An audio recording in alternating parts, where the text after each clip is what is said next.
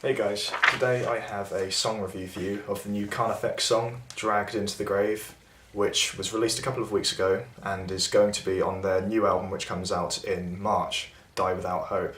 Now, CARNIFEX, if you haven't heard of CARNIFEX and you're a deathcore fan, you must have been living under a rock for the past couple of years. They are a Californian deathcore band and they're pretty popular within this subgenre of metal.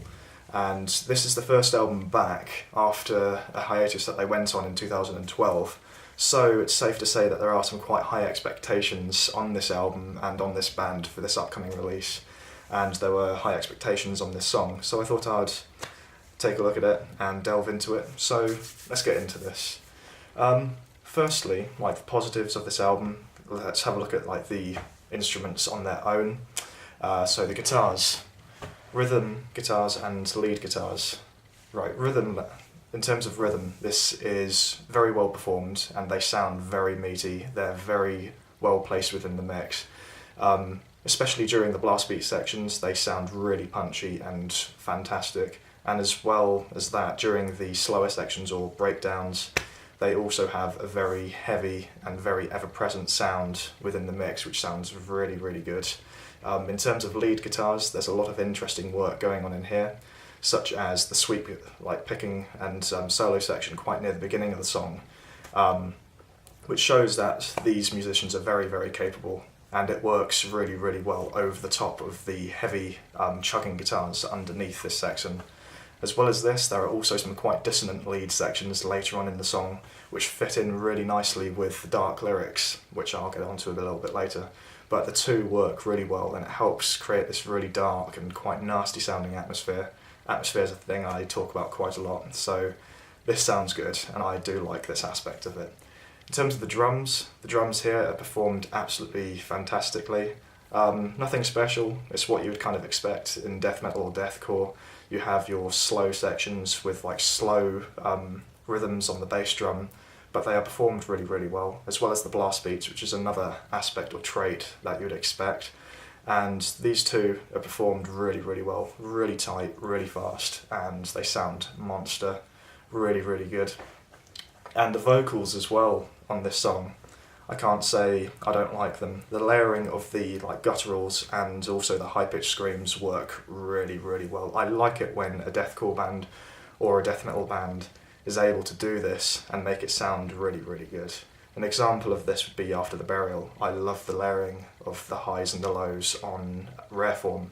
I think that's one of the best examples of that, so go check that out. A band where I don't think that works quite so well is Job for a Cowboy.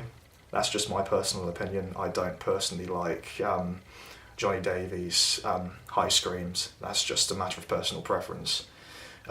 Also, another good thing is these vocals, the drums and the lead guitars and the rhythm guitars, they're not fighting, they sound really good and sit perfectly well together, so that nothing is like fighting for the centre of attention in this song.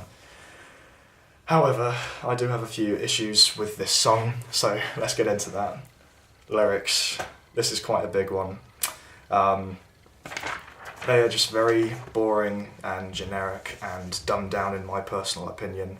And I have a few examples for you here, such as, I don't give a fuck if you live or die, 1,000 needles buried in your eyes, and I wish I had the strength to slit my own throat. Remember when I said I want to watch myself choke?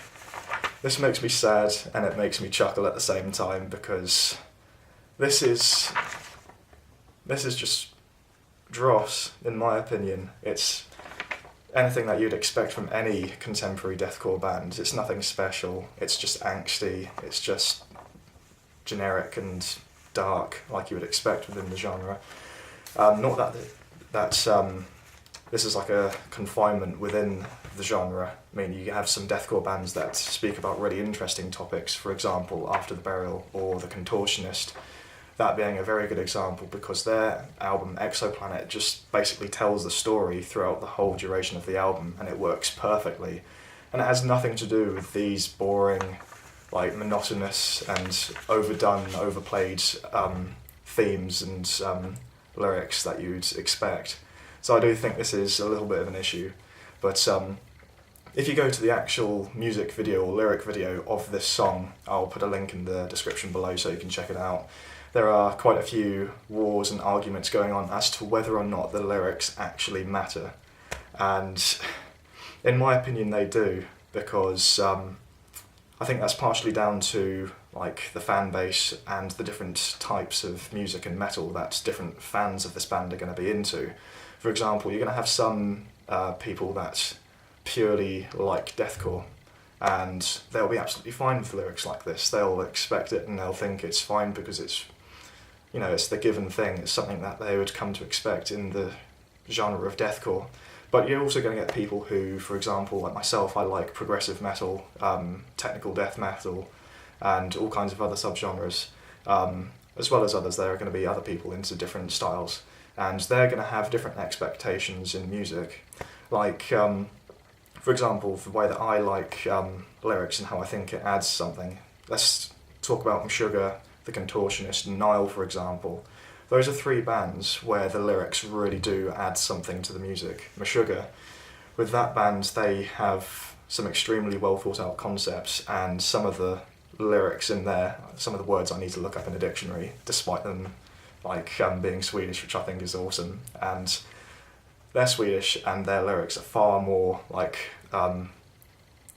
interesting, far more intelligent than CARNIFEX is in this song. But in a way, that's an unfair kind of comparison because those are two different styles of music. But still, it shows that different music fans are going to have different expectations. They're going to have different ideals and things that they're looking for when they're listening to music. So I suppose that's why these lyrics don't really click with me, because of like my own personal tastes. And also, I think this is a song that sort of suffers a little bit from the confines of deathcore. For example, in deathcore you're going to expect breakdowns, and you're going to kind of expect different musical traits that make it sound brutal, because loads of deathcore bands sort of have this like dick contest where they have to be more brutal than the other one.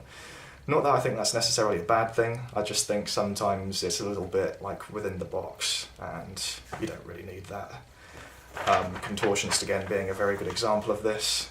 They are progressive, they have progressive elements within the deathcore genre and have some extremely well thought out concepts and lyrics.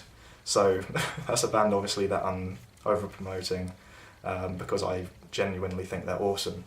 But in terms of like the deathcore genre itself, I can't really knock the song too much because it works within the genre.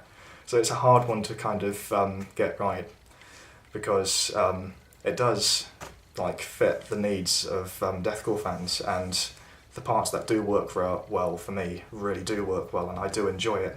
I think some of the riffs in this song are fantastic, really punchy, and fit really nicely with the rhythm of the drums going on.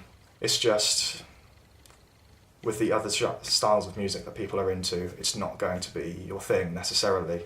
So overall, I'd give this song a strong 6 to a light 7. If you've listened to it, let me know what you think. I'm looking forward to the release of the full album. I think it will still be worth a listen, even though this wasn't 100% my cup of tea. Because I do like some of CARNIFEX's back catalogue. I think they are a very capable band, so it'll definitely be worth checking out. So stay tuned for that review. Also, a couple of anticipated releases that are coming out next week are the Sun and Ulva collaboration Terrestrials, and Behemoth's new album The Satanist, and I'll be getting those through next week, and hopefully I'll be doing reviews of those fairly soon. If you have any anticipated releases, let me know, and I'll try and get round to listening to them and maybe doing more reviews. So stay tuned next week, there'll be more reviews coming, and I'll see you guys next time. Peace.